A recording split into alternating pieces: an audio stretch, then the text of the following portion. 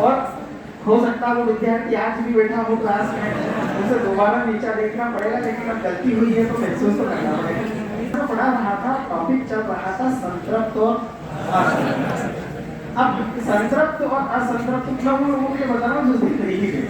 संतृप्त और असंतृप्त में पढ़ा रहा था और मैंने कहा कि जिस व्यक्ति की जितनी डिमांड है अगर उसे उतना मिल जाए तो वो संतृप्त होता है, और जिस व्यक्ति की जितनी डिमांड है उससे ज्यादा मिल जाए तो वह संतृप्त होता है। तो उस उदाहरण को मैं ऐसे समझा रहा था कि मैं तुम्हारे घर आया, मैं अक्सर कहता था तुम मेरे घर आया, तुम मेरे घर आया, तो मैंने कहा इस बार मैं तुम्हारे घर आया और मैंने तुम्हारे घर आके कहा मुझे खाना खाना है, तो तुम्हारी मम्मी ने कहा चलो ठीक है सर आके खाना खिलाते हैं।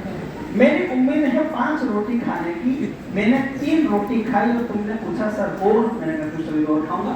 मैंने 4 रोटी खाई और मैंने तुमसे पूछा बताओ मैं संतृप्त या असंतृप्त, तो विद्यार्थियों ने जवाब दिया असंतृप्त। फिर मैंने कहा मुझे 5 रोटी खाना है, मैंने 5 रोटी पूरी खा ली, अब बताओ संतृप्त या असंतृप्त, तो बच्चे बोले अब संतृप्त। मैंने कहा मैं खा के उठ ही रहा था, इतने में तुम्हारे पिताजी आए, बोले नहीं नहीं सर 1 रोटी तो खाना ही पड़ेगी। अब पिताजी ने 1 रोटी और दे दी, बताओ मैं संतृप्त के अति संतृप्त। मैंने कहा उठ ही रहा था कि दादी आई, दादी ने कहा नहीं नहीं आप हमारे बच्चे के गुरु जी हो, आपको 1 रोटी और खानी पड़ेगी। मैंने 1 और खाई, बताओ संतृप्त के अति संतृप्त। फिर मैंने कहा मैं उठ ही रहा था कि, तो पीछे से लड़का बोला साली आई। पहले तो लोग बहुत हंसे, मैंने कहा उस बोलने वाले से, वो तो बोलने भीड़ में छुप गया, लेकिन आसपास वाले तो जानते थे कि कौन बोला। मैंने कहा कुछ तो सोच विचार के बोलो, मैं तुम्हारे घर आया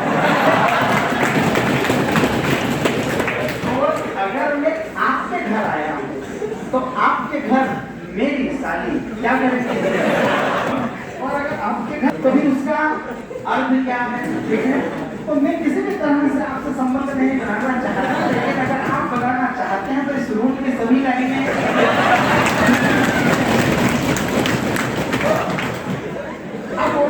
बोल तो वो दिया था, अब आदमी भी कर रही थी, हालांकि मेरा कोई इंटेंशन नहीं था, लेकिन वो क्रिया की प्रतिक्रिया हो गई। इसीलिए ऐसा है कि यदि हम कुछ बोल रहे हैं तो सार्वजनिक, देखो एक बात तो सत्य है कि आप बोलने में नहीं